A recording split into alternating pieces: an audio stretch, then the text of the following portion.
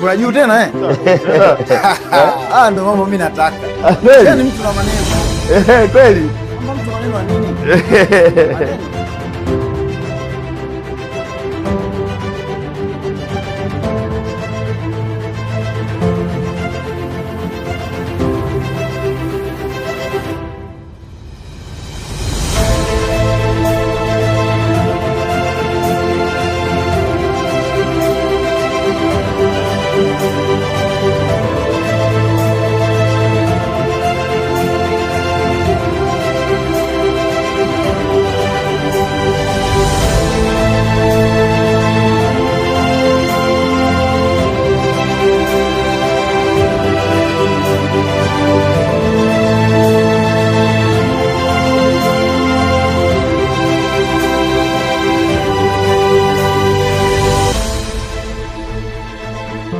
Hongera na pole.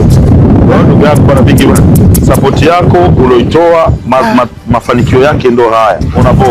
Unaposaidia mtu, naamini unapoona mtu ametengeneza kitu, wewe mwenyewe moyo wako unasema bana, nashukuru Baba Levo, kwa sababu mimi nakushukuru sehemu moja.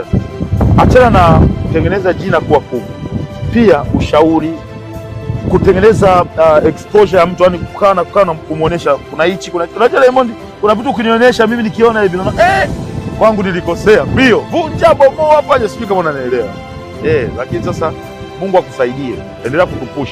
Na ndio maana naambia Watanzania siku zote, ukiona mtu anasimama mbele kwamba bora umuue kwa sababu ya mtu fulani, ni kwa sababu anaamini huyu mtu amebadilisha maisha yake kwa kiasi kikubwa.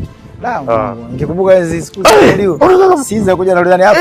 Na wafomeni akimekuja na wafomeni, sina nauli, sina shilingi 10 Bigi. Yaani unajua wewe ulichokifanya kumniamini tu. Ile kitendo cha Diamond kusema Baba Levo, acheni Baba Levo twende naye, imebadilisha kila kitu. Na ninawaambia na hapa Bigi bado. Yaani tumalize hapa. Wewe umalize kule. Sio ile ndugu yangu, wewe ndio umechapa kombe. Kwa shidana. Yaani mtu anataka kujaribu. Yaani wewe watu wataka kushindana wewe, wasikubizie hapa kwangu. Kwanza wajenge hii. Wajenge hii.